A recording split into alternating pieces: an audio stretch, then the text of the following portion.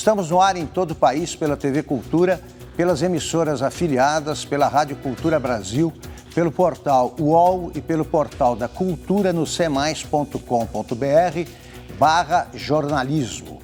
Hoje, a nossa bancada de entrevistadores é composta por 5 jornalistas do primeiríssimo time. Humberto Werneck, que também é escritor e cronista do jornal Estado de São Paulo. Wanda Nestlener. Ricardo Cotcho, também comentarista da Record News. Wilson Moerdaui, também empresário. Carlos Brickman. E também contamos, como de costume, com os desenhos feitos em tempo real pelo cartunista Paulo Caruso.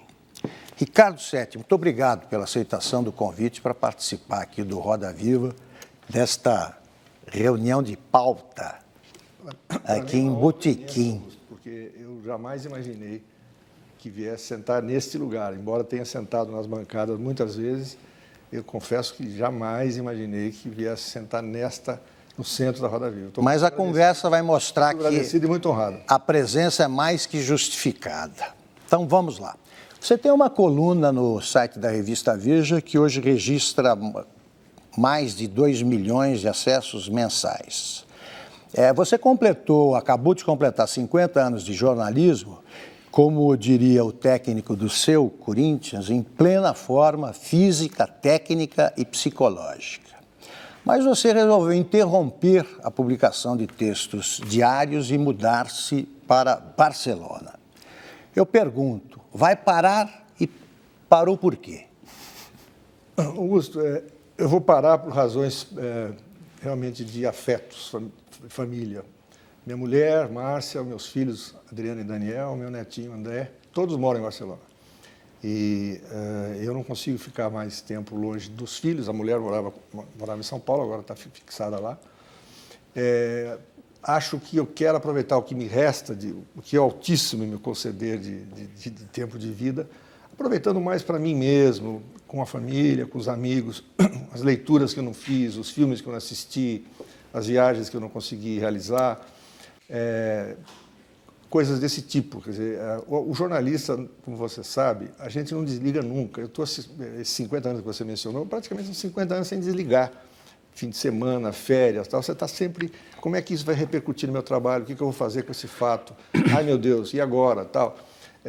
Eu quero parar, desligar, pelo menos baixar a intensidade, desligar esse botão, né? E, de vez em quando, vou ainda reincidir, né? Por exemplo, você me convidou... Você tem um compromisso comigo. Muita honra para mim. Você me convidou para, de vez em quando, aparecer na sua coluna, na Veja, coisa que eu pretendo fazer. E eu estou fazendo agora, com um trabalho exaustivo, estou fazendo o meu próprio site, com tudo que eu consegui guardar e recuperar ao longo desse período todo. Até as materinhas sem nenhuma importância do começo da carreira. Esse site, de vez em quando, eu vou eventualmente escrever alguma coisa quando a indignação for muito grande ou outro tipo de apelo. Mas a vontade é realmente dar uma parada nessa ligação permanente que o jornalista tem. Eu comecei com 18 anos e não parei até hoje. Carlinhos Brickman, abre a roda.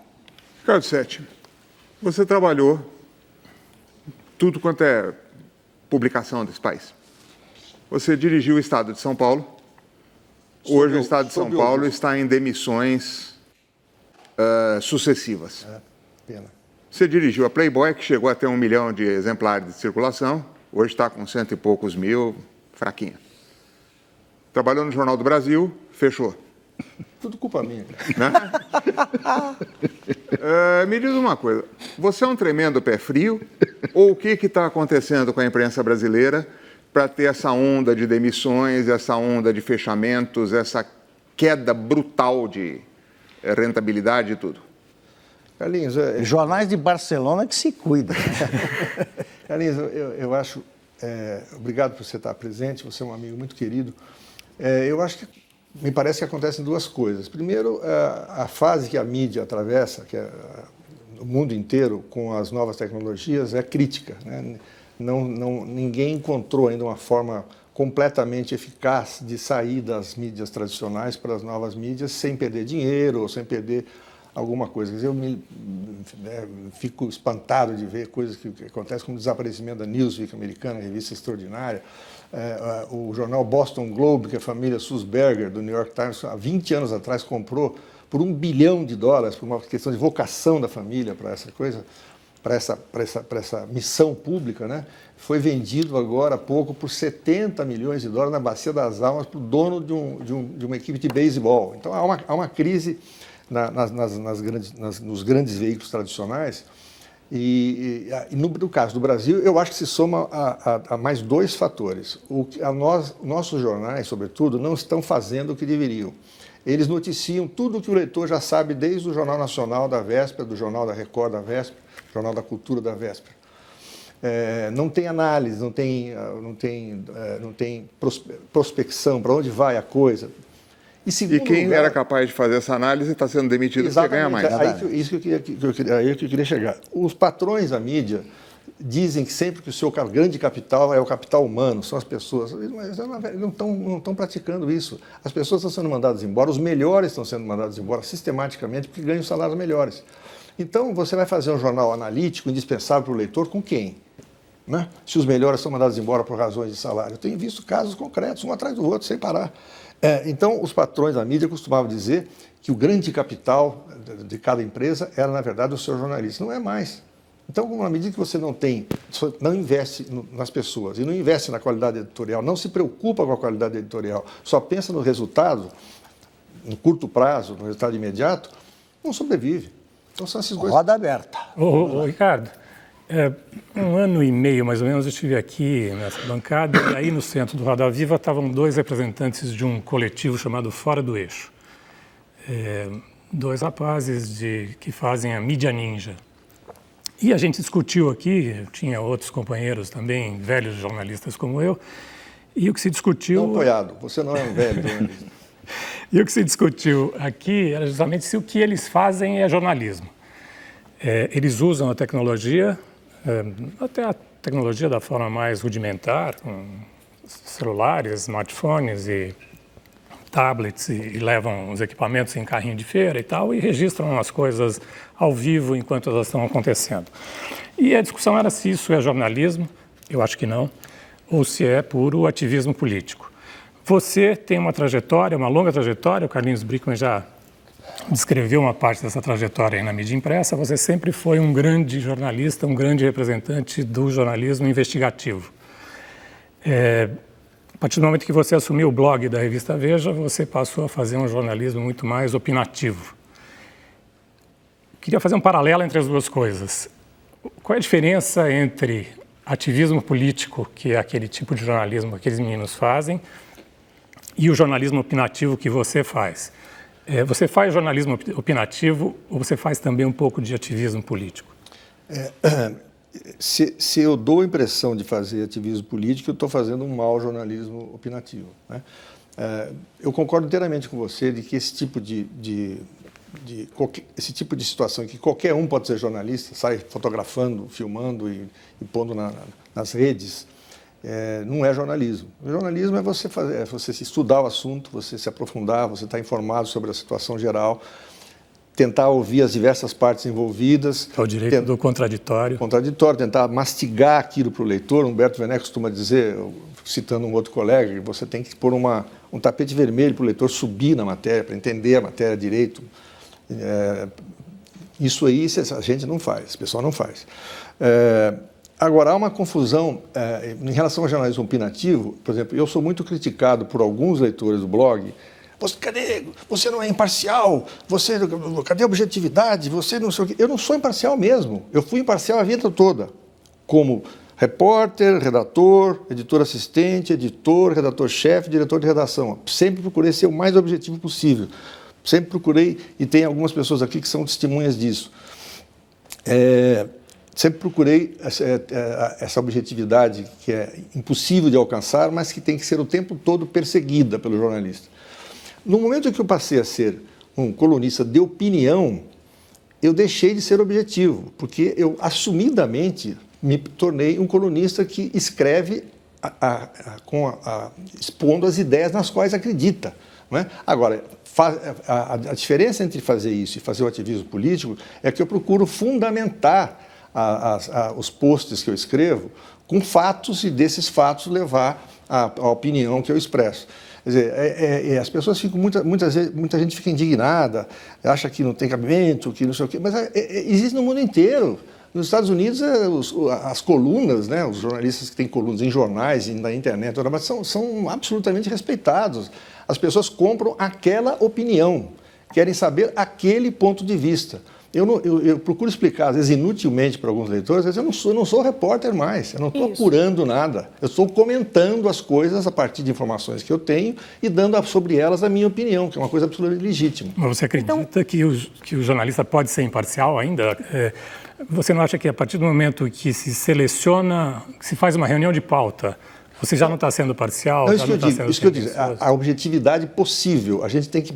É uma meta irrealizável, você não consegue ser imparcial. A escolha das palavras com as quais você escreve uma matéria já denotam uma coisa ou outra, mas você tem que estar buscando essa imparcialidade o tempo todo, tem que ser em outras palavras, o que o Minho Carta talvez chama de honesto. Entendeu? Quer dizer, a objetividade absoluta é impossível, acho que nem um robô conseguiria, mas você tem que tentar ser objetivo. Eu vou dar um exemplo para você que até me lembrei um dia desses. Eu fui tão objetivo, eu procurei ser tão imparcial na minha vida profissional, que quando eu era jovem repórter no Estadão, em Brasília, na sucursal de Brasília, eu era um cara de esquerda, que militava no movimento estudantil, e à tarde eu me vestia de jornalista e ia cobrir os ministérios militares para o Estadão, que era um jornal que apoiou o golpe de 64 e que é um jornal conservador. Então, quer dizer, eu fiz direito esse trabalho. Eu conseguia engolir aquela coisa arada, falar com os generais, falar com os militares, passar a tarde toda fazendo isso e escrever as matérias. Quer dizer, eu acho que eu fui procurei ser bastante imparcial. Sabe? Depois eu queria que você contasse uma história dessa época que é curiosa. Então, quer dizer que o blog não é de notícias, ele absolutamente. É de opinião. Só de opinião. Isso é uma coisa para ficar clara. Aí, outra coisa que eu queria te perguntar é o seguinte, lá no passado, nos anos 80, quando eu trabalhei com você no Jornal do Brasil, você já se queixava que havia muita pauta pessimista, que as pessoas, que os jornalistas não conseguiam tratar de boas notícias. Você acha que ainda é assim? Acho. E mais... será que no jornalismo político isso não é mais forte ainda do que no jornalismo em geral, nos outros eu concordo plenamente com você. Eu acho que a imprensa talvez seja uma tendência mundial, porque a má notícia parece que é mais notícia do que a boa notícia. Good news or no news. Exatamente. Bad news as bad news são sempre preferidas. Quando eu assumi... Quando eu substituí Augusto Nunes como diretor regional do Jornal do Brasil em São Paulo, Augusto foi assumir o Estadão, eu fiquei no lugar dele. O Marcos Sacorreia, que para mim é um dos maiores jornalistas de todos os tempos nesse país, me chamou para uma conversa no Rio e falou assim: Sete, o negócio é o seguinte, eu queria que você procurasse na sucursal mostrar para os nossos leitores as coisas que dão certo em São Paulo. Porque São Paulo é o maior estado brasileiro, mais industrializado, o mais populoso, o mais rico. Faz a matéria que você achar que tem que fazer, mas procure mostrar o que dá certo. As coisas que funcionam, os prefeitos que estão fazendo boa gestão, os empresários com ideias inovadoras, as universidades que estão fazendo as pesquisas mais interessantes, enfim, vocês... E eu realmente, como sempre gostei exatamente desse lado, de mostrar esse outro lado, fiz isso e o Ricardo Couto, que está presente aqui, me ajudou muito. Porque o Ricardo Couto viajava pelo interior, fazendo matérias no interior, 90%, né, Ricardinho? Eram matérias de coisas boas, coisas que estavam funcionando. Foi numa você criou a expressão Califórnia Paulista. Para definir a região de Ribeirão Preto, que era uma coisa da prosperidade, de como a agroindústria estava se desenvolvendo bem. E tal. A gente fazia matéria sobre a Embrapa, sobre as universidades, a Unicamp, coisas que estavam surgindo. E eu sempre tive prazer de fazer isso. No Estadão, quando eu fui trabalhar com o Augusto, eu fui jurado do prêmio ECO, um prêmio que os empresários faziam sobre iniciativas sociais de empresas que funcionavam no Brasil. Vários tipos de iniciativas, centenas delas. Então, eu fiquei vários e vários dias debruçado sobre os casos que eram narrados ali para fazer a premiação. Aí fiquei maravilhado com aquilo. Cheguei na redação, entregamos os prêmios, etc. teve uma solenidade, Câmara de Comércio Brasil e Estados Unidos. E aí, quando eu terminei esse trabalho, eu cheguei na redação, chamei o Marcos Emílio Gomes, que era um grande jornalista que eu tinha levado para trabalhar comigo no Estadão, e falei, Marcos Emílio, nós vamos fazer várias matérias disso aqui, porque são coisas boas, que estão dando certo, que a gente nem sabe que existe. Empresários que estavam ajudando a salvar sistemas ecológicos, empresas que estavam ajudando a alfabetizar a criança, empresa que estava ajudando a sanear, fazer saneamento básico em cidades miseráveis do Vale do Ribeira. Quer dizer, aí eu ia atrás disso, porque eu sempre contestei esse tipo de coisa, bad news are news, né? E tanto que eu vou citar, para encerrar a resposta à sua pergunta, vou citar uma coisa que eu acho cômica, Carlice. A Folha de São Paulo, que é um jornal que eu acho muito importante, mas que eu critico volta e meia por tipos de coisa como essa, que é um jornal extremamente pessimista, a meu ver negativista, que parece que o pessoal toma um copo de vinagre em jejum de manhã antes de começar a trabalhar. De repente teve uma brilhante ideia, começar a colocar boa notícia, punha na primeira página, e era uma. E acabou. Era uma por dia. E acabou. É incrível que você precise fazer uma manchete para a boa notícia. O Humberto Werneck precisa completar agora o Humberto e o Ricardo. Ricardo. Tá, mas vai lá. Então, Humberto, eu acho que a imprensa também cobre demais as instituições, desde a polícia até o governo federal, passando pelo INSS, tudo. Como tudo isso funciona muito mal, como o Estado brasileiro é muito podre e corrupto, a imprensa tem esse mau humor, passa para a gente, passa para o leitor, a impressão de que tudo vai mal, que nada funciona, que o Brasil é uma desgraça geral, que não tem nada que preste. Então, eu acho que isso aí é uma coisa sobre a qual a gente precisa meditar muito e agir sobre. Sete, por favor. A gente falava desse momento de crise do jornalismo brasileiro, e eu me pergunto, e te pergunto também, se isso não teria um pouco a ver com o fato de que a reportagem tem andado excessivamente contaminada pela opinião. Ou seja, eu suponho que... A reportagem que existe ainda, né? Que não sobrou quase nada, né? Pouquíssima, né? Isso que o Ricardo Couto chamou um dia de reportagem externa, né? Que hoje as pessoas apuram dentro das suas redações. No Google. Tenho dito por aí que um dia desse o prêmio ESSO de reportagem vai sair para o Google. Né? Quem está dando as notícias todas. Tem toda a razão.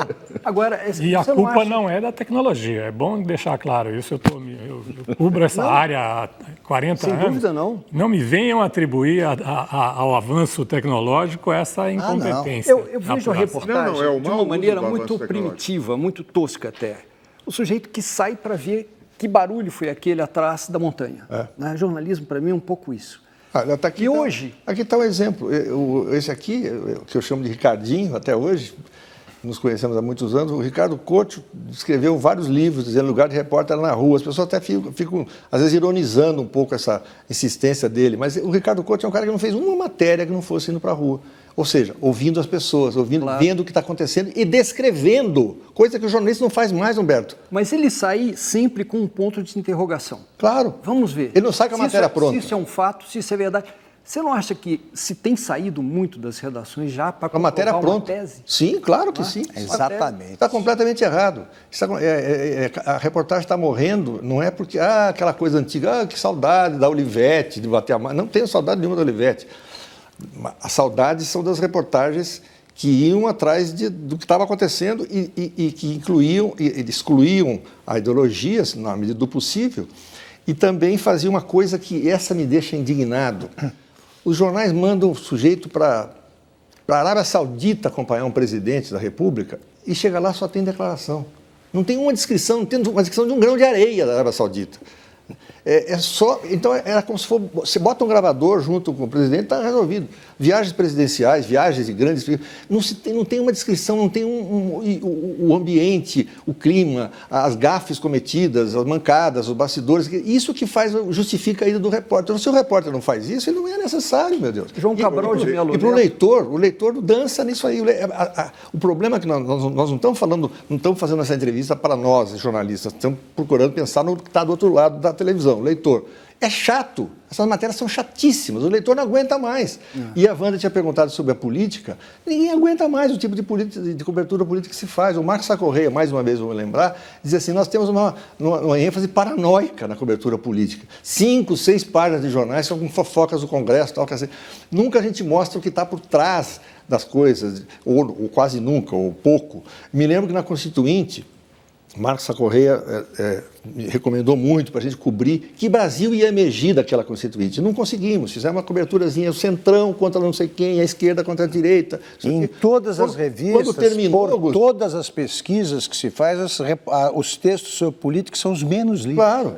E quando terminou a Constituinte, teve uma reunião no Rio, você já não estava mais no Jornal do Brasil, estava no Estadão. O Marcos falou, fazer um balanço, falou, a gente fracassou. A gente ficou cobrindo aquele fofoquinho do dia a dia. Que Brasil é esse que saiu da Constituição? Que país é esse? Que país que nós vamos nos tornar a partir da Constituição? Aí o presidente Sarney, que é uma pessoa da qual eu divirjo muito, um político da qual eu divirjo muito, mas disse uma coisa que se revelou premonitória. Ele falou assim, a Constituição vai fazer o Brasil ficar ingovernável. E tanto tornou complicado governar o Brasil que já tem quase 80 emendas. Uma Constituição de 20 e poucos anos tem 80 emendas. E milhares de isso aí nós não mostramos que essas coisas que estavam acontecendo, o que ia tornar o Brasil difícil de ser governado, tal, porque a gente estava cobrindo a fofoquinha do deputado fulano, contra quem o Lula, não sei quem, o Robertão, o falecido ministro Roberto Cardoso Alves, o centrão contra não sei quem. Esse tipo de cobertura de fofoca não ajuda nada, o leitor nem lê. E de preferência de cima do tapete, né? Exato. Um lugar atapetado com ar-condicionado. Exato. E é isso ou são vazamentos? Desculpa. Não, pode falar. Não, nesse caso da reportagem política, ou é isso, ou são vazamentos. Você não tem uma investigação que descobre uma coisa nova. Não, tem uma declaração. A notícia chega. É vazamento feito por procuradores da República, por promotores, por delegados de polícia. Por dossiês que aparecem nas redações. Adversários políticos. Deputados da CPI que soltam coisas contra adversários políticos. Então o jornalista começou a ficar preguiçoso. Não vai atrás. Não vai atrás. É muito mais negócio de pegar a matéria pronta. Ricardo, nós vamos encerrar esse bloco com a pergunta do Ricardo Couto, que nós temos 2 minutos. Ricardo, essa é uma glória do jornalismo brasileiro. Você chega aos 50 anos de profissão, meio século de carreira, né? Eu já passei por isso também. Comecei muito cedo, né, Ricardinho? Começaram um menino. Começamos cedo. Com o país vivendo a mais profunda crise, que eu me lembro desde que eu nasci, né, aqui da nossa época, e a imprensa também, quer dizer, ao mesmo tempo, profunda crise do país e da imprensa. Concordo. Você explicou por que você está indo embora. Eu queria completar e perguntar se essa situação também influiu na tua decisão de fechar o boteco e ir embora. Influiu, não vou negar que não, influiu. Sabe o que é, Ricardinho? Eu estou fazendo, como eu contei, eu estou fazendo o meu site, né? Uhum. E ao fazer o site, eu revejo matérias que eu escrevia 40 anos atrás sobre coisas que nós continuamos discutindo e que não andaram 1 milímetro. A justiça amorosa, não sei o quê, a saúde que não sei o quê, sabe? O povo sem assistência, a miséria, filas não sei aonde, dos hospitais, a polícia corrupta, o Congresso não atendendo aos reclamos da população. Eu malhei em ferro frio a vida inteira, eu percebo isso, né? Mas quem sou eu? Não queria mudar, não tinha pretensão de mudar nada. Agora, eu como cidadão, eu estou muito cansado do Brasil também. No sentido de que eu queria descansar um pouco do Brasil. Eu adoro o Brasil, por isso que a gente fica magoado, porque a gente ama o país. Verdade. Então, eu estou cansado, eu quero descansar um pouco do Brasil. Está desligada. Trancar a matrícula. Trancar a matrícula, exatamente. Perfeito. Trancar a matrícula.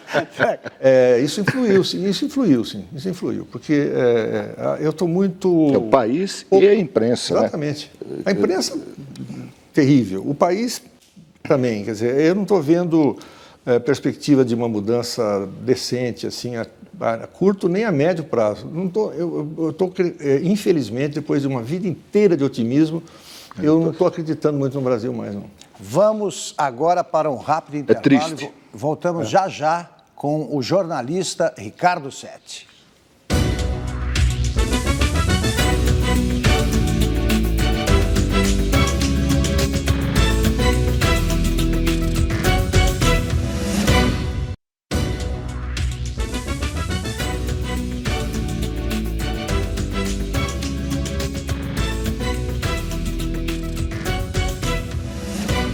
de volta com o Ricardo Setti, que acaba de completar 50 anos de jornalismo. Setti, antes da pergunta do Werneck, eu queria que você contasse, já que há pouco você mencionou conversas com militares, como é que foi a tua gloriosa conversa com o Marechal, com o general-presidente Castelo Branco, quando ele transferiu o cargo para o general Costa e Silva. Esses são os grandes feitos da carreira da gente, né, Ricardinho? Foi uma coisa fantástica, assim. Eu realmente me orgulho muito desse episódio. Na verdade, é o contrário. Eu era um jovem foca da sucursal do Estadão em Brasília e montou-se um enorme esquema. Naquele tempo tinha muita gente, a cobertura da posse do general Costa e Silva, Marechal Costa e Silva. E me designaram para acompanhar, ver o que acontecia com o presidente Castelo Branco, o Marechal Castelo Branco, que estava hospedado, ele gentilmente saiu do Alvorada antes para o outro se instalar e ficou morando uns dias no Hotel Nacional. Lá vou eu para o Hotel Nacional. Chega lá, no regime militar, tal, achei que não ia poder passar nem do saguão, né? Tinha lá alguns agentes, tal, mas eu me embiquei direto. Não me lembro mais se me informaram antes em que andar ele estaria. Tomei o elevador sem problema, desci no andar do presidente, tinha um segurança só. Falei, opa, legal. Fiquei ali. E o segurança não me mandou embora, nem nada, não me bateu, nem nada. Eu estou ali esperando, de repente, quando eu menos peço, sai o presidente do quarto, do apartamento, com vários assessores, outros militares, tal de cabelinho molhado, tinha tomado banho. E eu fiquei tão tomado de surpresa que eu fiz, em vez de perguntar, se eu perguntasse qualquer coisa para ele, podia ser manchete. Presidente, o senhor é a favor da anistia? Presidente, o senhor é a favor da eleição direta?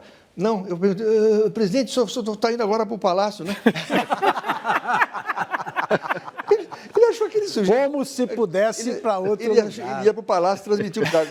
Aquele frangote desmilinguido ali, perguntando uma bobagem tão grande, ele nem respondeu. Passou direto, assim, por mim e foi embora.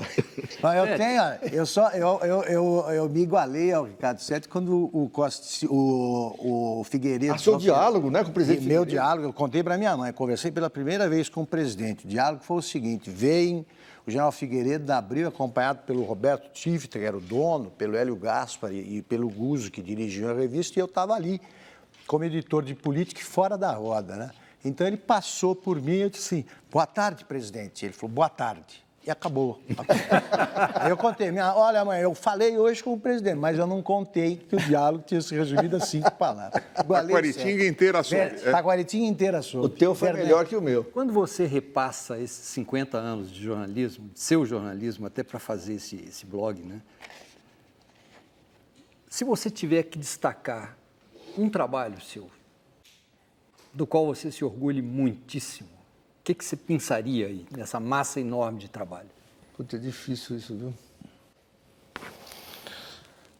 Tem uma matéria da qual eu me orgulho muito, que eu transformei depois num livrinho, e tive a honra de ter você como autor da orelha, que foi a história secreta do Plano Cruzado, que eu fiz para a revista Playboy. Eu não era diretor da Playboy, fui diretor da Playboy depois.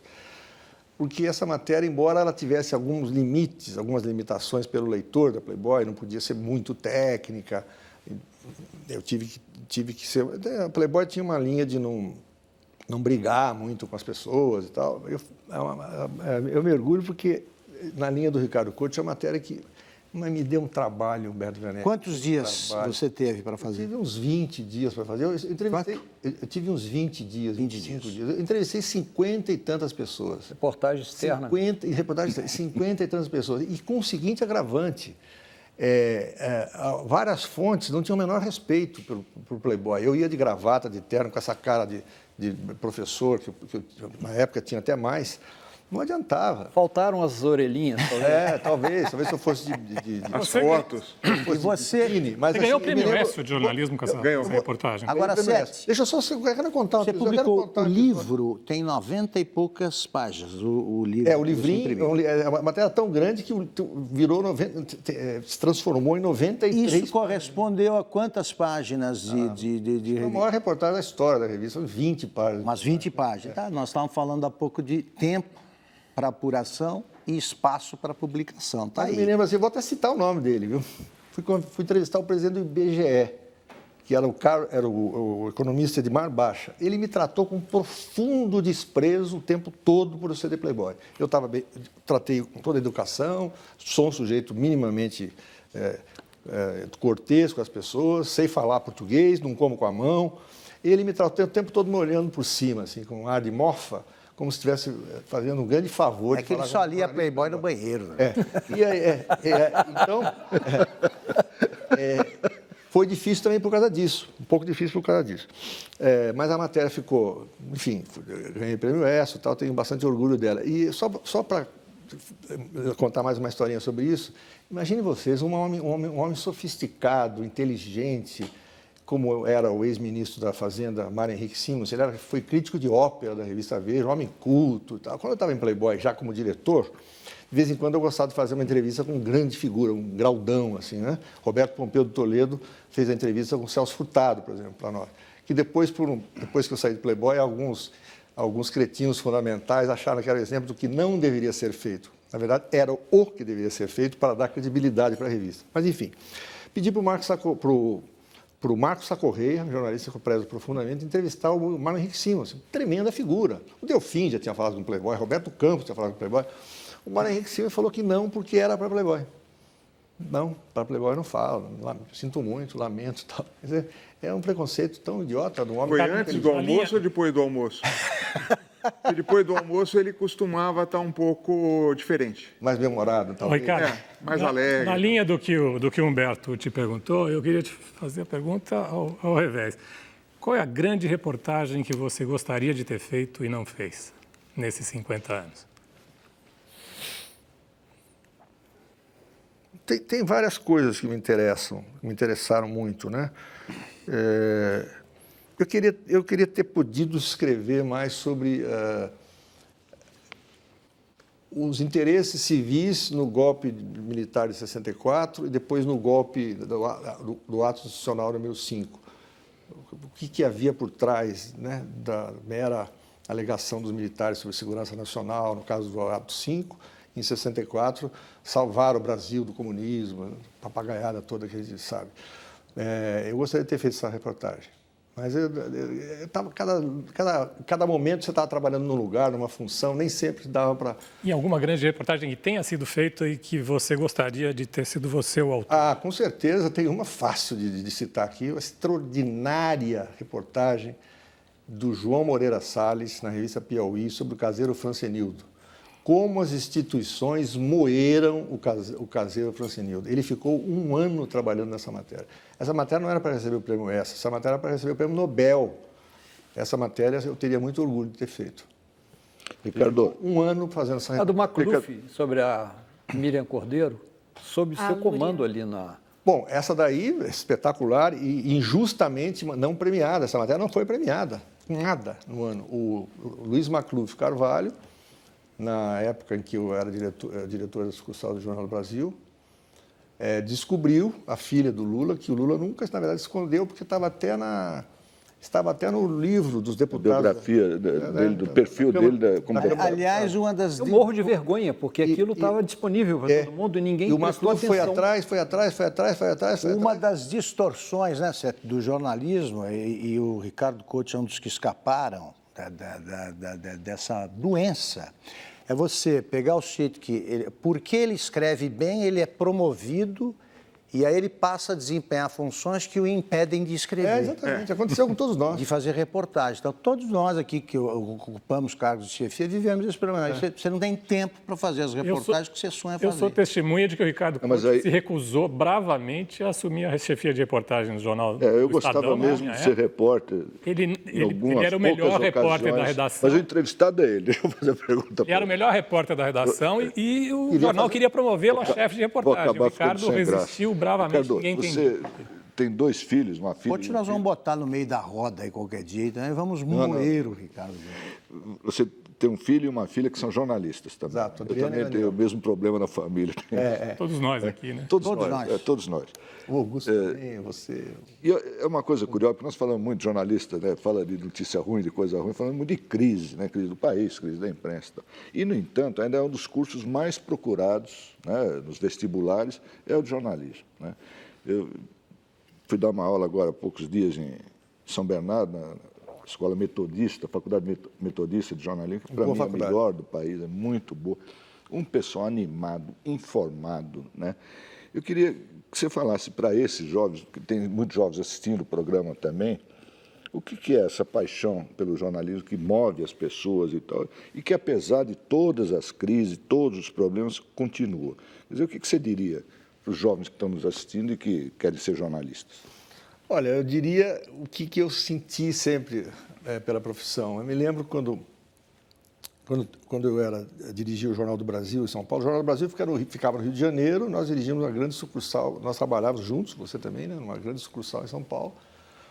E era aquela batalha, aquela correria. Nós começávamos a trabalhar muito cedo, ao contrário do que acontecia no Rio, né? 9 da manhã já tinha repórter na rua aqui. E até eu tinha tanto carinho pelo jornal que eu apagava a luz da sucursal quando ia embora para economizar, sabe aquela coisa de vestir a camisa? E chegava em casa às 10 da noite e tal, ia jantar, etc. Às 7 da manhã eu abri a porta do meu apartamento e o jornal estava lá. Então, ele foi transmitido com as nossas matérias. Foi transmitido tudo para o Rio de Janeiro naquela época, muito mais lentamente do que hoje. Foi processado na redação, baixou na oficina, foi impresso, foi empacotado. Aqueles pacotes foram para um caminhão foi para um aeroporto, o aeroporto foi para um avião, o avião desembarcou em São Paulo, daí foi... E, de repente, estava na minha porta. Aquilo me dava uma emoção. Todos os dias eu sentia um frio na barriga com aquilo. Falei, não é possível, essa é uma maravilha. E quando eu estava junto com o Augusto no Estadão, a redação era tão imensa e as pessoas fumavam, né? E a redação, no fim da noite, no fechamento, né, Augusto, tinha uma nuvem branca, assim, né? Você não enxergava do outro lado, neblina. Tão grande que era, né? E aquela multidão de 300 pessoas da redação. Nós dividimos em 2 setores, Casa Verde e freguesia. Limão, né? Limão e Casa Verde. E tinha correspondente no mundo inteiro, tinha sucursal no Brasil inteiro, e vinha que telex e telegrama de todo lado, e aquela maçaroca, e todo mundo falando ao mesmo tempo, televisão ligada e tal. E aquele milagre extraordinário, no dia seguinte, às 5 da manhã, o jornal estava pronto, todo dia, não saía a página em branco. Era uma emoção tão extraordinária, e que é a mesma que eu sinto hoje. Você sente falta disso? Eu não sinto falta porque eu acho... Não existe mais? Não, porque eu acho... Eu aprendi a gostar muito das novas tecnologias. Eu acho extraordinário acontecer alguma coisa e você poder comentar, e segundos depois aquilo está no ar, no post, as pessoas leem e se comunicam com você. Mas as redações são muito mais silenciosas. E as redações viraram bancos, né? Você entra numa redação hoje... Ninguém conversa. Mas isso é problema das pessoas, ninguém dá não risada, da tecnologia. Ninguém dá risada, ninguém conversa. Pega mal. As redações do nosso tempo era uma fonte de prazer, de trabalhar, de alegria, de você de conversar ideias. com o sujeito do lado para trocar ideia. Claro, eu aprendi muito nas redações. Eu tive, graças a Deus, como aconteceu com todos nós, mentores, pessoas que me ensinaram nas redações, com quem eu aprendi muito, né? E você foi de muitos também. Ah, obrigado. Acho que eu tentei ser, pelo menos, né?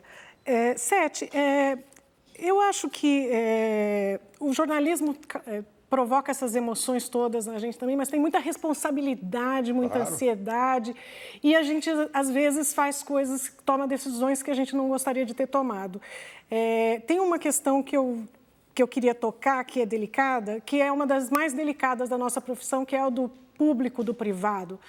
Você, quando morreu Pedro Nava, você optou por não divulgar uma questão que também não era muito certa e tal, que ele estaria sendo chantageado por um nichê. Um garoto de programa. Isso, e que isso teria o levado ao suicídio. Depois você, anos depois, você disse que se arrependia dessa decisão naquele momento e eu queria saber o que você aprendeu com isso e o que você pode ensinar para esses jovens jornalistas a respeito desse episódio. Só para lembrar, tem muita gente... eu acho que falei muito rápido. Não, só para lembrar, o Pedro Nava era um grande escritor, um grande memorialista, que com a obra inconclusa, né? Escreveu uma extraordinária obra. Quantos volumes são, Werneck? 6. 6, né? 6 e mais um pedacinho. Extraordinário. Ele de repente, se suicidou sem motivo aparente. Por perplexidade dos amigos, até pelo dia que ele viveu, ele estava tranquilo, saiu de casa, foi dar uma volta. E eu, na época, trabalhava na Isto É, era redator-chefe da Isto É. E a sucursal do Rio apurou o caso do garoto de programa, mas no texto enviado para a redação, o Zuenir Ventura, jornalista e amigão, grande figura, o Zuenir diminuiu um pouco o tamanho da história, que depois eu fiquei sabendo pelo próprio Zuenir, que num livro que ele escreveu, era bem detalhado, páginas e páginas. Os repórteres foram lá, falaram com o rapaz, viram uma mulher, fotografaram e tal. Mas o Zuenir fez uma menção que poderia ser, havia essa hipótese de uma chantagem, o garoto de programa e tal. E, na verdade, não fui eu que tomei a decisão, foi o diretor de redação de então, que eu não preciso nem mencionar, é uma pessoa boa, amiga, eu não vou mencionar porque eu concordei com a decisão dele. Ele mostrou para mim e falou, certo, eu vou cortar isso aqui, o que você acha? Eu levianamente tomei a decisão, acho que tudo bem, nem prestei muita atenção. Quando era a única explicação que poderia existir naquele momento para aquele ato extremo do escritor, né? O que eu acho sobre essa questão do Eu também tenho a pergunta. No caso, em que isso interessava ao público? Também? E, aliás, a Veja também não deu, eu concordei mas espera um pouquinho, com a não publicação. Não, só para esclarecer. Ele era uma pessoa pública, ele era um escritor, ele vivia da exposição de sua obra ao público. Milhares de pessoas liam seus livros, eu acho que elas tinham o direito de saber o que aconteceu. Quer dizer, eu acho que a pessoa, como a Corte Suprema Americana decidiu há muito tempo atrás, a privacidade de uma pessoa que vive de alguma maneira da exposição ao público, seja um político, um cantor, um ator de cinema, tal, é diferente da privacidade de um cidadão médio. A privacidade do cidadão médio é muito mais resguardável. Então, acho que sim, a imprensa tem o direito e o dever de, nesses casos, com muito critério, revelar fatos que levem à compreensão daquele acontecimento com a pessoa pública. No caso do Pedro Nava, depois eu escrevi uma autocrítica, eu contei o episódio, escrevi no Observatório da Imprensa, e o Zuenir contou o caso todo no livro dele chamado Minhas Histórias dos Outros. Que você fez a leitura. Fiz a leitura crítica. Isso que você está falando vale para a questão da Lurian, da filha do Lula, né? Que mas acontece o seguinte, na questão da Lurian foi o seguinte, o grande repórter Luiz Macluf Carvalho, que descobriu a existência da Lurian, fez uma reportagem absolutamente objetiva, não falava isso contra o Lula, nada, contra ninguém. Na matéria, a Lurian dizia que o Lula era um ótimo pai. A própria Miriam Cordeiro, que depois seria utilizada pelo Fernando Collor contra o Lula na campanha eleitoral, falava bem do Lula. A menina se deixou fotografar junto com a avó para a matéria. A matéria era perfeitamente decente, não era contra ninguém, não era contra nada, revelava um fato insuspeitado a respeito do Lula. O Lula tinha não dizia nem que era uma filha que ele pulou a cerca, nada, porque não era isso, era uma filha que ele tinha tido antes de se casar com a dona Marisa. Era só como um complemento. Só que o Lula ficou furioso. Eu lembro que naquela ocasião eu achei que a matéria tinha sido vazada pelo próprio Lula para evitar quebrar que ela fosse usada, impedir que ela fosse usada na campanha que seria logo depois. Como foi? Como foi? Foi usada de outra maneira. Mas a ideia é o seguinte, ele vai quebrar, ele quebra a novidade. Mas na verdade, como uma pessoa, a mãe da moça, não se comportou, né? Ela própria foi lá protagonizar os episódios de falar mal do Lula e tal, quer dizer, aí não adiantava nem ter vazado, mas não foi. Foi assim, a história eu conto rapidamente. O Macluf é um repórter infernal. Ele um dia chegou na minha sala e falou, Sete, eu queria ver se a gente podia investir numa investigação aí, porque eu ouvi dizer que o Lula tem uma filha que ninguém sabe, e a única coisa que eu tenho é que ela chama Lurian. E eu presumo que seja aquelas misturas de nome que se faz no Brasil, Lula com alguma coisa e tal, e parece que tem qualquer coisa como enfermeira. Olha, começou assim, do zero absoluto. É legal. Aí ficou, o Ricardo lembra dele, ficou o motorista Ferreirinha, que era mais repórter que muitos repórteres. Nessa época eu era assessor de imprensa do Lula. Pois é. Tinha saído do jornal e estava trabalhando na campanha presidencial. Exatamente. Você tinha saído do jornal, inclusive nós conversamos antes. Licença, você que me aconselhou, eu acho que você não deve perder essa chance. Eu aconselhei mesmo, aliás, isso mostra um pouco da minha isenção. Eu não concordava com o Lula, não concordava com as ideias do Lula. Aí foi todo o mérito do Maquilou. Você perguntou para mim e eu falei, eu acho que você deve ir trabalhar com o Lula e garantir a sua volta, porque eu achava uma experiência bacana e aconselhei outros amigos a trabalharem com o governo do qual eu discordava. Mas, enfim, com essa minúscula informação de que a menina chamava Lurian e que tinha qualquer coisa de uma enfermeira, não sei o quê, o Macluf saiu que nem um louco pelo ABC, com o motorista Ferreirinha, e começou a ir em pronto-socorro, em hospital, perguntar de uma enfermeira, e achou que era Miriam. A enfermeira, Miriam, você conhece? Foi por aí, com pista quase zero, ele foi e bateu lá. Fez a matéria. Demorou um mês, mais ou menos. Ele fez umas 20 idas a São Bernardo. E a gente bancando, né? Claro, ele todo dia fazia o relato, e está indo assim, está indo assado e tal. Fez a matéria estava correta. Eu liguei para o Ricardo, não me lembro direito a ordem das coisas, mas nós nos falamos aquele dia, né? Mas essa aí também é a grande diferença em relação ao que acontece hoje. Era normal o repórter ter 20 dias, 30 dias, um mês, 2 meses para fazer uma matéria. Hoje tem que fazer 3, 4 matérias por dia. E escrever 4 vezes. Não é do nem da internet. E aí fica e tem que escrever para o site, para o blog. Que o leitor não aguenta ler, é chato. É um jornalismo chato, né? Mas, enfim, foi esse o caso da Lurian. Aí, o Fernando Collor, ao longo da campanha, sabedor desse fato... No final... Acho que a matéria saiu em março, por aí. Bem no começo. Foi no começo da campanha. Não me lembro da data, mas aí, no segundo turno já, o Fernando Collor contratou a mãe da Lurian para acusar tentar induzi-la ao aborto. Foi outra coisa. É outra coisa. A reportagem continua absolutamente válida e decente e isenta. O Lula ligou para a redação, inclusive eu falei com ele estava furioso, mas ele não reclamou de nenhum erro, não. Ele falou só que era sacanagem a gente publicar aquilo. O Macluf falou com ele, depois passou o telefone para mim, e acho que a reportagem só teve um único papel que a reportagem teve, foi de revelar.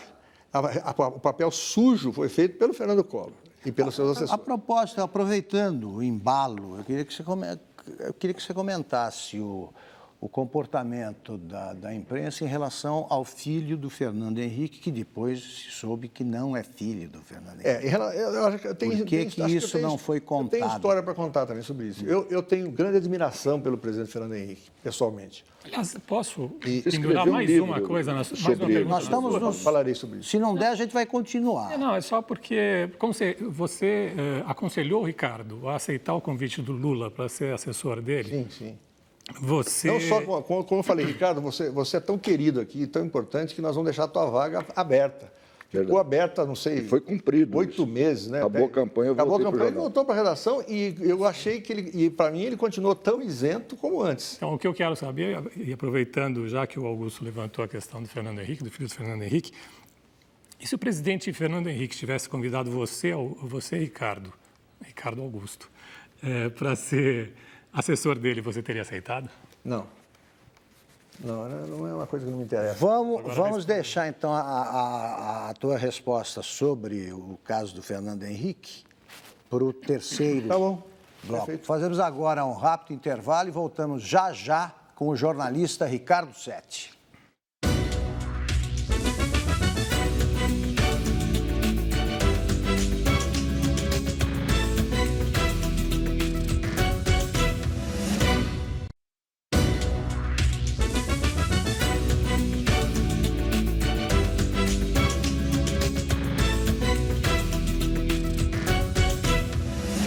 Estamos de volta para o terceiro bloco da entrevista com o jornalista Ricardo Setti.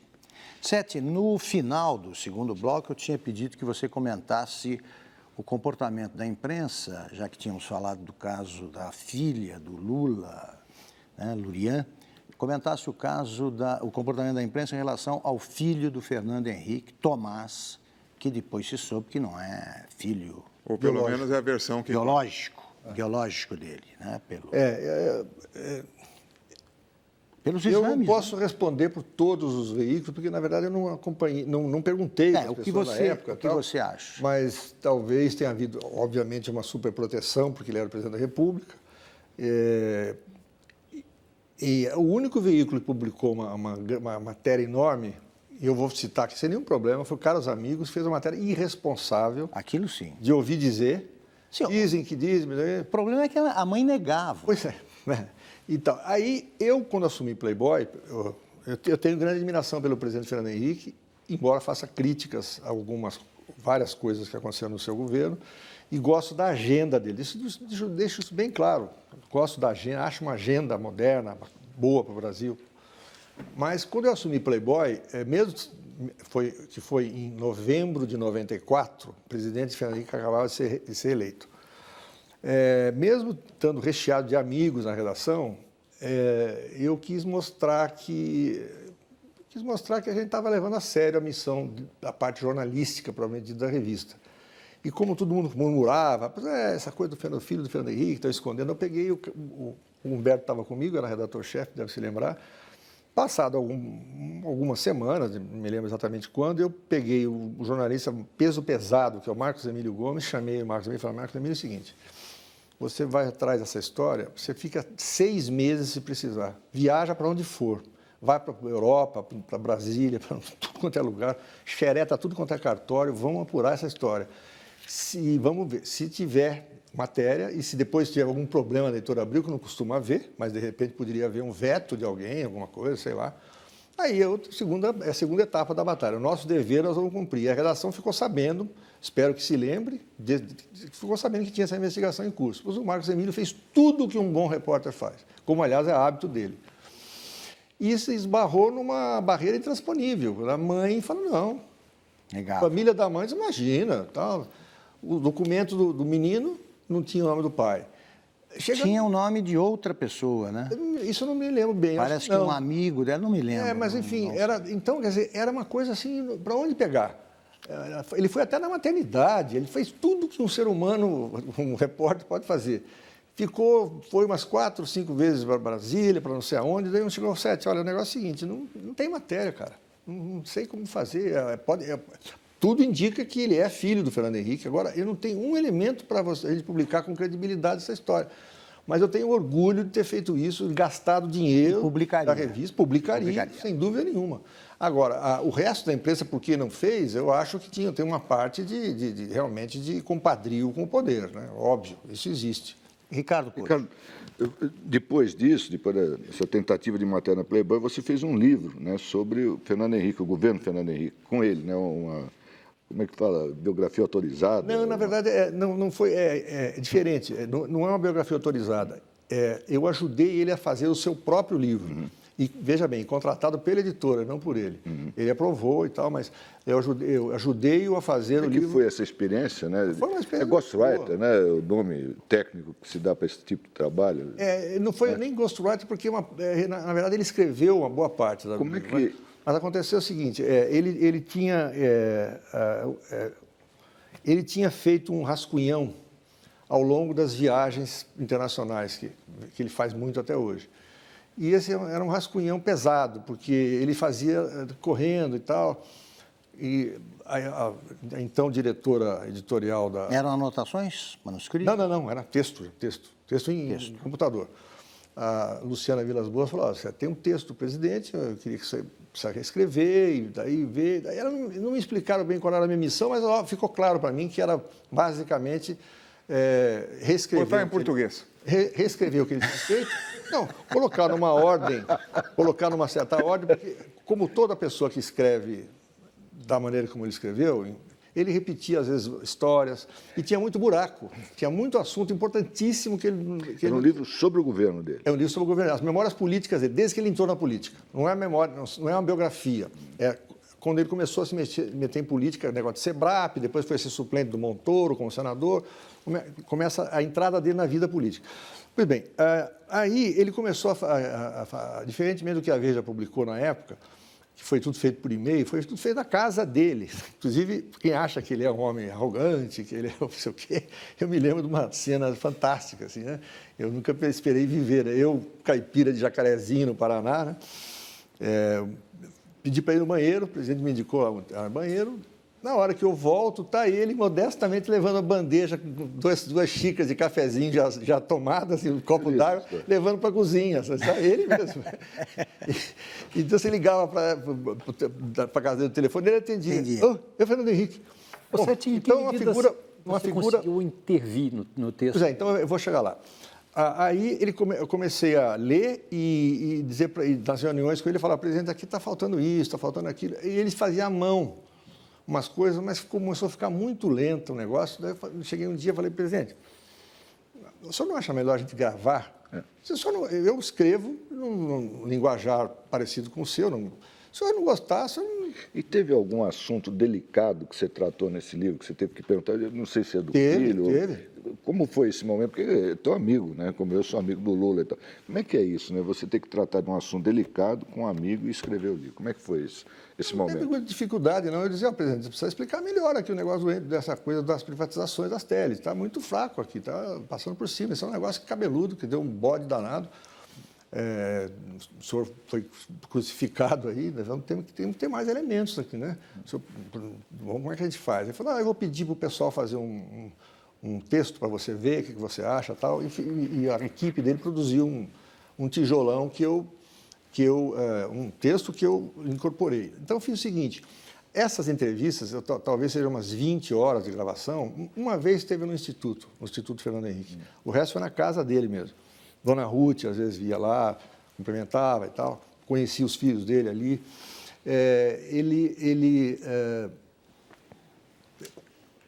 Eu escrevia, reescrevia um trecho que ele tinha feito, enxertava coisas da conversa, umas 20 horas de conversa, e depois ele submetia a ele e ele aprovava ou não. Então, por exemplo, escrever o que faltava, Ricardo? Faltavam coisas essenciais. Ele terminava a campanha eleitoral, ele falava da campanha eleitoral numa única passagem, ele dizia assim, eu vi que a eleição estava ganha quando, num comício, não sei aonde, em agosto, o pessoal começou a levantar nota de R$1, assim, acenar e tal. E daí ele pula já para o governo. Então, falei, presidente, nós vamos falar da campanha inteira. Aí apareceram histórias fantásticas na campanha, né? Eu gravei, ele contou... Jeg. Inclusive, a história do Jeg, falou, não é Jeg, é cavalo branco. Conta aí. Cavalo, né? Muita gente não conhece. Como é que foi isso? Então, ele contou, é muito engraçado. A história do Jeg não era Jeg, era um cavalo, fizeram ele montar, botaram aquele chapéu nordestino nele. Tradicional. Ele disse que foi assim e tal. E aí eu fui perguntando, e episódio tal, episódio qual? Eu falei, o episódio eu vou contar pela primeira vez, hein? O episódio do pé na cozinha. O senhor é mulatinho, pé na cozinha. Ele falou assim, não fui eu, foi o Mário Covas. Eu falei, como assim? Aí era uma situação qualquer em que alguém estava conversando na campanha e falou assim, o Covas falou, o Fernando Henrique é mulatinho, ele tem um pé na cozinha. E o Fernando Henrique, o presidente, concordou, pronto, virou frase dele. Aí ele acrescentou, com um bom humor extraordinário que tem, e falou assim, hoje eu digo que eu tenho um pé na cozinha francesa. Como é que dizia o Marcos Sacorreia, que ele tinha um pé na cozinha e outro num mocassim italiano? É isso mesmo. E aí foi assim, quer dizer, engraçado, Ricardo, de tudo que eu escrevi, ele só vetou uma coisa, que era um palavrão, que surgia num diálogo. Ou seja, ele não se comportou como um príncipe, como é acusado, ele não foi arrogante, ele foi humilde no trato com você. Eu estou falando na boa, assim, quer dizer, podia dizer não, eu não tenho nenhum problema aqui, não devo nada para ninguém, né? Estou falando a verdade, ele foi muito, muito simpático, de levar bandeja de cafezinho. É muito afável. De vez em quando estava entrevistando ele assim, ele ouviu um barulhinho na porta, falou, ih, a Ruth, esqueci a chave na porta, ela vai me dar bronca. Sabe, quer dizer, são coisas do ser humano. Esse bloco é Mas menor, você não conta só isso temos 15 por minutos, escrito? Então vamos perguntando. Isso aí eu preciso contar por escrito. Já que a gente está resvalando para a política... Mas, assim, de qualquer maneira, o livro tinha coisas delicadas pra caramba. Você acabou não falando do Jeg aí, o pessoal agora ficou curioso. Por causa do Jeg não é nada, não tem nada de extraordinário, é simplesmente que eu ao entrevistar, descobri que não era um Jeg, né? Era um cavalo branco, um pangaré. Combina mais com o príncipe. Mas ele nunca devia ter montado. Um cavalo branco. Cavalo branco. Augusto, com licença, a gente resvalou para a política e eu preciso fazer uma pergunta que é uma coisa que tem me incomodado ao longo do tempo em que eu acompanho o seu blog. Alguns leitores do seu blog orquestrados ou orientados nesse sentido ou não, fazem acusações pesadas para você. Fizeram diversas acusações, algumas você respondeu, outras você simplesmente omitiu e disse que não ia entrar nesse nível e tal. Mas, basicamente, o que tentam, a pecha que tentam pendurar em você é de que você é um homem de direita, seja lá isso que for no século XXI. Você é um homem de direita? Olha, e o que é ser um homem de direita? Se ser a favor do casamento gay for ser de direita, eu sou de direita. Se ser a favor do aborto, do direito das mulheres ao aborto, quando elas entenderem que não, por alguma razão aquela gravidez não deve ser continuada, eu sou um cara de direita. Se ser a favor da liberação da maconha, e na verdade até das demais drogas, como propôs o Economist muitos anos atrás, como única solução contra essa questão, porque a guerra às drogas fracassou, depois de gastar $1 trilhão, só tem mais dependentes, só tem mais mortos e só tem mais bandidos, eu sou de direita. Se ser a favor de um Estado enxuto, mas com forte poder regulador e um poder arbitral e não empresário, se é ser de direita, eu sou de direita. Se ser a favor da livre iniciativa, do alinhamento do Brasil com os países do Ocidente, das liberdades democráticas, do Estado de Direito e da adesão aos países que respeitam os direitos humanos, eu sou de direita.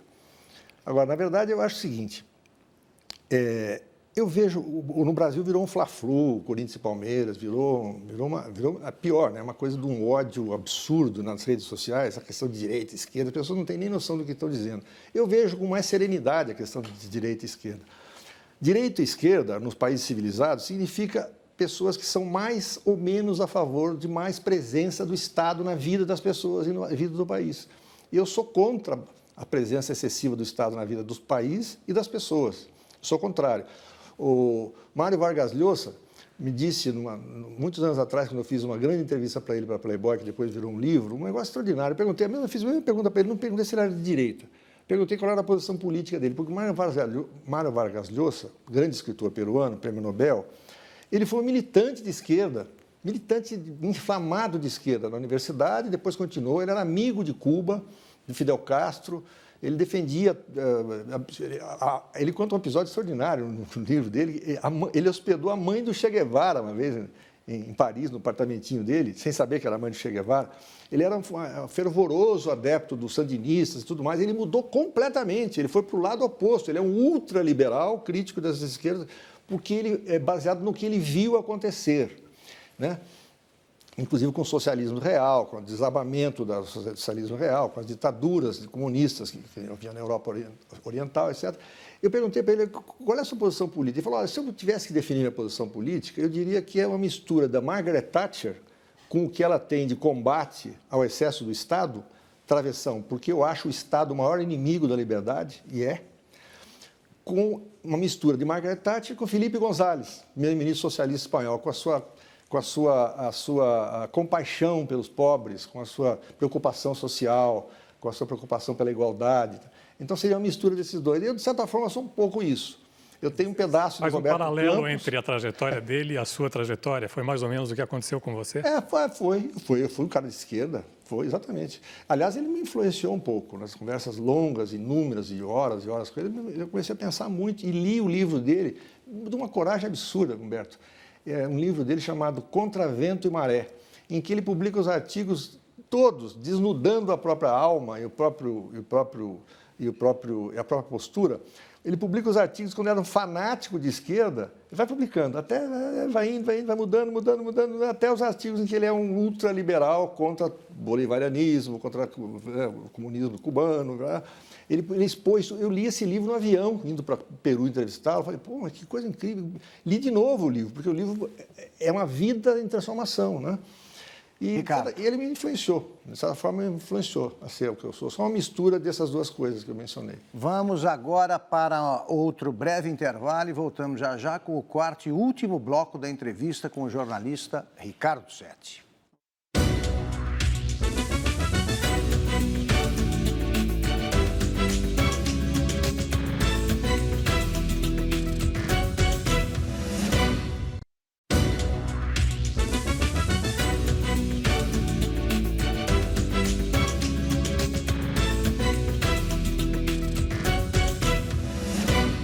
voltamos para o quarto e último bloco da entrevista com o jornalista Ricardo Sete. Sete, você falava há pouco do Vargas Llosa. Você teve várias conversas com ele e escreveu, aliás, um grande livro, né? Dessas conversas, essas conversas resultaram num grande livro. É ótimo. Entre todas as figuras que você entrevistou, e não foram poucas, aí, políticos, escritores, né, artistas, etc., qual dessas figuras te pareceu mais impressionante e por quê? Coisa difícil de dizer isso, viu? Teria sido Vargas Llosa? Talvez tenha sido ele. Pela coragem, pela autenticidade, pelo desarmamento de espíritos com que ele conta as histórias mais depreciativas sobre si mesmo. Eu o admiro como escritor e como pessoa. Porque você escreveu o livro e 25 anos... Quantos anos depois? Foi uma coincidência interessante. Você reeditou o livro com uma outra conversa. Né? Porque esse livro foi publicado em 86. Eu fiz a entrevista para Playboy, mas era imensa. O material que eu trouxe era imenso. Eu fiquei com uma pena. Aí eu falei com o Caio Graco Prado, da Brasiliense. Você não quer dar uma olhada? Ele deu, ele gostou e tal. Virou um livro. Eu organizei melhor, por temas, né? E virou um livro que se esgotou e foi vendido, aliás, mais uma historinha, os direitos foram vendidos para Portugal, para a língua espanhola, para a França, saiu alguma coisa na Paris Review de Nova York e tal, e eu levei um cano deslumbrante.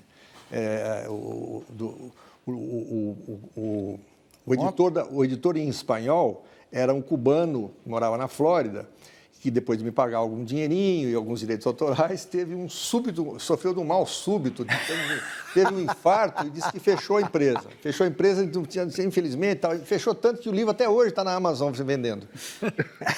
E além disso, nunca mais consegui receber nada, mandei carta. Portugal nunca me pagou, França nunca me pagou nada, impressionante. As editoras conhecidas. Levei um cano deslumbrante.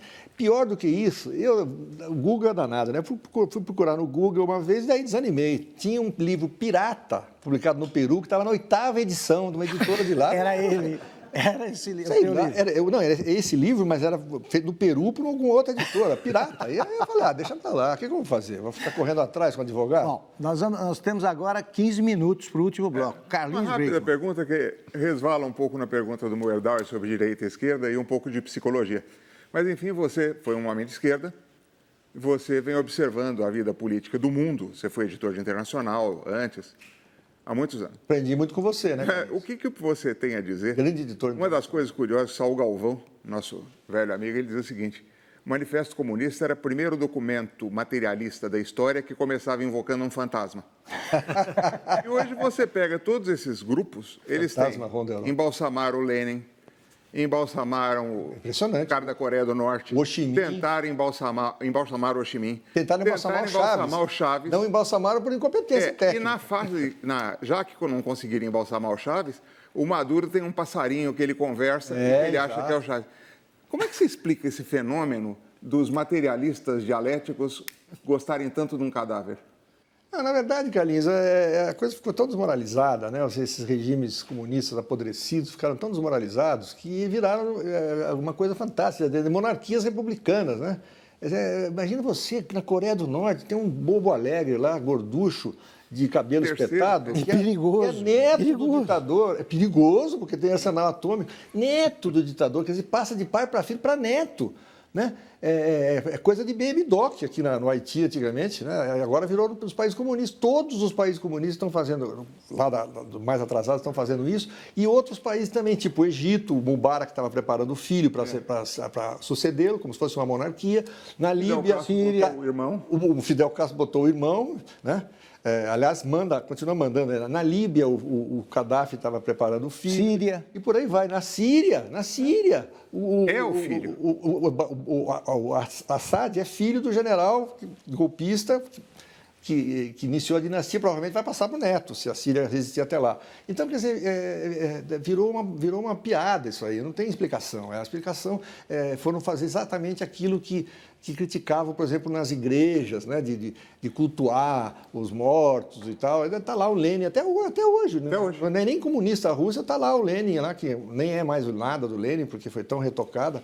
né? Até a Evita Peron e o Peron foram recolhidos nos seus túmulos e o Lenin continua lá. Exatamente. Né? Então que é mais antigo ainda. A viagem da Evita como cadáver bate qualquer viajante aí profissional, qualquer comandante de Boeing. Isso é um pândega, é uma coisa... Depois de morte. Wanda.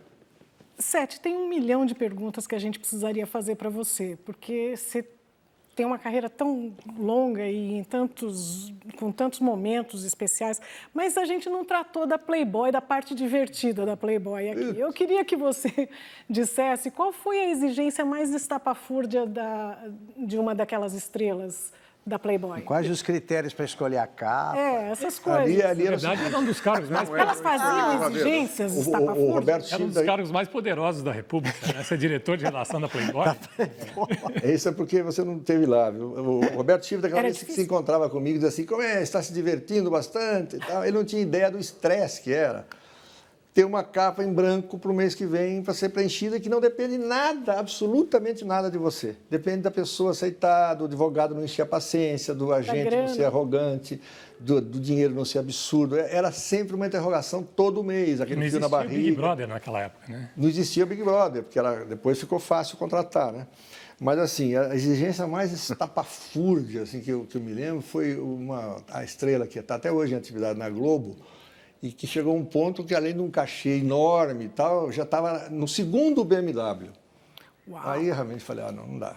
Já tinha um BMW na história, aí o marido, que entrou na negociação, queria 2 BMW. Falei, realmente, os caras estão loucos, eu vou ser demitido aqui. Desistimos. Então, tinha muito... lidar com celebridade é uma coisa horrorosa, Wanda. Uma coisa horrorosa. Eu nunca mais quero fazer isso. Esse era o lado negro da foto. Né? Eu me diverti enormemente em Playboy, fui feliz em Playboy com companheiros como Humberto Werneck, que estavam lá. Você fazia frilas para a gente. A redação de Playboy era uma maravilha, a gente fez coisas gloriosas, a gente fez matérias que as pessoas não lembram, só lembram das mulheres nuas, mas a gente fez matérias sobre o brasileiro no corredor da morte nos Estados Unidos, como é que era a vida dos jovens, como eles se divertiam, faziam sexo, bebiam, etc., no Iraque do Saddam Hussein e no Irã dos ayatolás. A gente fez uma reportagem sobre a religião estrangeira, foi parar no Djibouti, no chifre da África. A gente fez matérias, o Marcos Emílio, agora me lembrei, foi à África ver como o trabalho de 1.400 soldados brasileiros que estavam tirando minas do solo de Angola. São matérias importantes e entrevistas interessantes. Isso foi uma delícia. E a estrela que queria tirar as fotos de lá, Sete? Qual é? A estrela que quis tirar as fotos da revista. A Xuxa. Ah, sim, isso essa história foi antes de eu ser diretor, mas é verdade. O Pelé foi buscar. Exato. Pelé foi buscar as fotos. Mas, assim, essa parte era maravilhosa, lembra? As reuniões de pauta, as discussões. Agora, lidar com a celebridade era um inferno, era um estresse total. Raríssimas pessoas. Mas tirando a parte chata, Sete, qual foi a mulher que mais te impressionou lá? Ele só fala de grandes matérias e tal, e as moças? Qual foi a moça? Vamos falar de fotografia. Despertou assim mais. Em que sentido? Mais bonita, gostosa, que impressionou mais. Seja sincero que a Márcia está em Barcelona. Minha mulher é uma pessoa extraordinária, tolerante. No teu blog você publica ela até trabalhou na MTV e ela tinha molejo para entender essas coisas. Então, olha, para dizer a verdade, foi a mais uma mulher das estrelas, assim, a pessoa mais sensata, educada, bacana. Não é isso que o Ricardo quer saber. É isso que a gente quer. E bonita também, foi a Isabel Filardes. Foi um prazer lidar com ela. Entre as todas, sabe que uma das mais bonitas, assim, ao vivo, bonitas mesmo, e era mais pobre, a mais ferrada, era a Débora Sem Terra. Era uma mulher realmente bonita. Sem terra. Uma brasileira Sem bonita. Terra. Não é, Ariane? Aquela que virou motorista de caminhão. A caminhoneira. Exatamente. Ela era uma mulher bonita de verdade. Bonita de verdade. Sabe? Algumas, pessoalmente, não eram tão bonitas, eram pequenininhas, sabe? E a maioria cheia de história, uns advogados horrorosos, uns agentes picaretas. Olha, não foi uma coisa agradável, não. Werneck, Pois não. Quando é que nós vamos ter um livro de Ricardo Sete? Eu quero saber também se está nesses seus planos, nesse retiro lá em Barcelona, cuidar disso. Eu ando pensando nessa coisa. Na verdade, você pode achar que é exagero meu, mas eu Eu não acho que eu estou com essa bola toda para lançar. Acho que depois dessa conversa ficou claro que sim. Você diz que não. O Humberto Augusto também diz, você imagina tal. Mas não me refiro a uma coletânea exatamente. Até pode ser uma coletânea. Não é coletânea, não. Mas, cara, você destilar esses 50 anos de experiência aí, é isso aí. Um livraço. Eu estou pensando nisso aí. Olha um pouco do que está saindo aqui hoje. Eu estou pensando, eu vou pegar a fita aqui e transcrever um pouco para lembrar. Não, eu estou pensando em alguma coisa assim, com muita calma, sem estresse, porque eu não quero ter mais estresse. A minha mulher não merece, meus filhos não merecem, e eu também não mereço. Eu não quero ter esse estresse, eu não quero fazer contrato com ninguém. Se der na telha de fazendo aos poucos e tal. Você há anos me fala sobre isso e acho que é algo a se considerar. Mas assim, sem prazo, sabe? Porque você ter prazo sai, o negócio sai, né, com prazo, mas é muito estresse. Seria difícil. O título é Enquanto a Memória Ajuda. Olha, Antes que eu me esqueça. Seria difícil você falar de você mesmo? Quer dizer, você foi um pouco mestrado para ser isento, para ser impessoal? Não, porque no blog eu falo um pouco, não é isso não. É que sei se eu tive um papel tão relevante assim, falando sério mesmo, né? Para fazer um livro sobre a minha trajetória. Estou falando de sinceridade, eu fico, às vezes, meio achando que, sei lá, será que é o caso e tal? Claro que Vou pensar. Desculpa, Wanda. Desculpa, agora, falando de livro de escritor, eu lembrei de uma entrevista que você fez com o Gore Vidal. Essa também me impressionou bastante. Eu colocaria junto com a do Vargas Llosa. E que no final dela, ele tinha 62 anos e você perguntou se ele tinha medo de morrer. Você achava que ele era velho aos 62? Claro, né? Lógico. Quanto mais velho a gente fica, a gente vai espichando o velho para lá frente. A referência é o né? Roberto Marinho. Eu acho menos de 100 anos eu não aceito. Hoje em dia só acho velho quem tem 95 para cima. Evidente. Né? E eu pergunto para você tem medo de morrer ou mais que isso, de envelhecer? Não, eu tenho medo do sofrimento ou de ficar, ou de perder como minha mãe está há muitos anos, sem saber quem ela é. Agora... Você pensa como é o Woody Allen, né? Que deu a resposta sobre a morte. É dele, galera. Pensa o que ele achava da morte. Eu sou contra. Eu sou totalmente contra. Eu sou contra. E se negou a comentar. Falar em morrer, eu fico indignado. Mas acontece o seguinte, o Gore Vidal tem só uma coisa que eu queria contar, rapidíssimo. Imagina um camarada com ele, um escritor fantástico, de uma ironia terrível, roteirista de cinema, famoso, rico. Ele tinha medo de elevador. Você entrevistou na escada? Uma parte da entrevista, o gravador na escada, assim, descendo, porque ele está no Hotel Cadora, ele tinha medo de elevador. Imagina você, o mundo é muito engraçado. Cardor, Oi. Você pensa em algum dia voltar a morar no Brasil? O que teria que acontecer para você voltar a morar aqui no Brasil?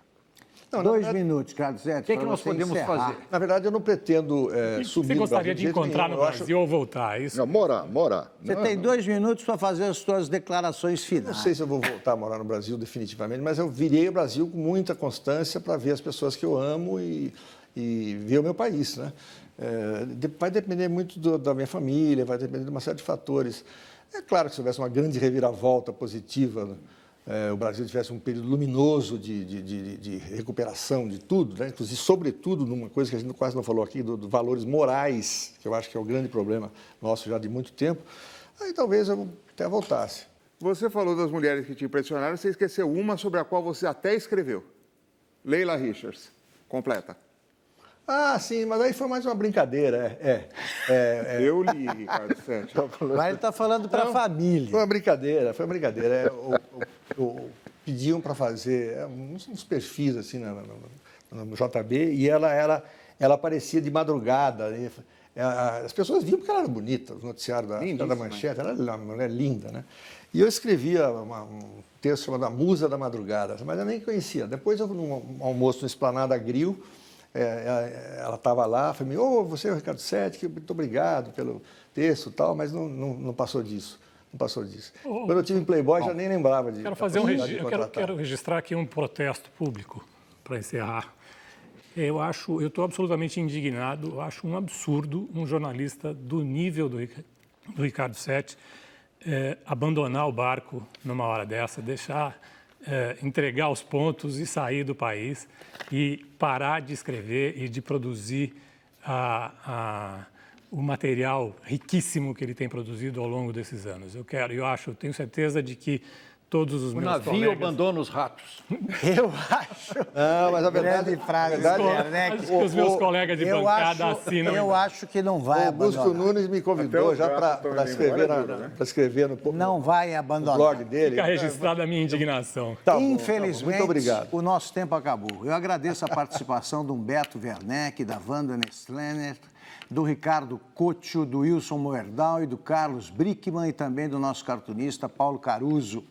Agradeço a você que nos acompanhou até agora e, sobretudo, ao meu amigo Ricardo Setti e aos meus queridos amigos aqui que participaram da bancada de entrevistadores, que você deu, e você sabe que não é nenhum exagero. Eu acho que você até se subestima, o que é uma amostra de humildade que te engrandece, tá bem? Mas eu acho que você deu uma aula de jornalismo aí de 1h30. Fico muito feliz. Obrigado. E espero que isso se repita para o bem do Roda Viva e dos espectadores. Boa noite, boa semana a todos e até a próxima segunda.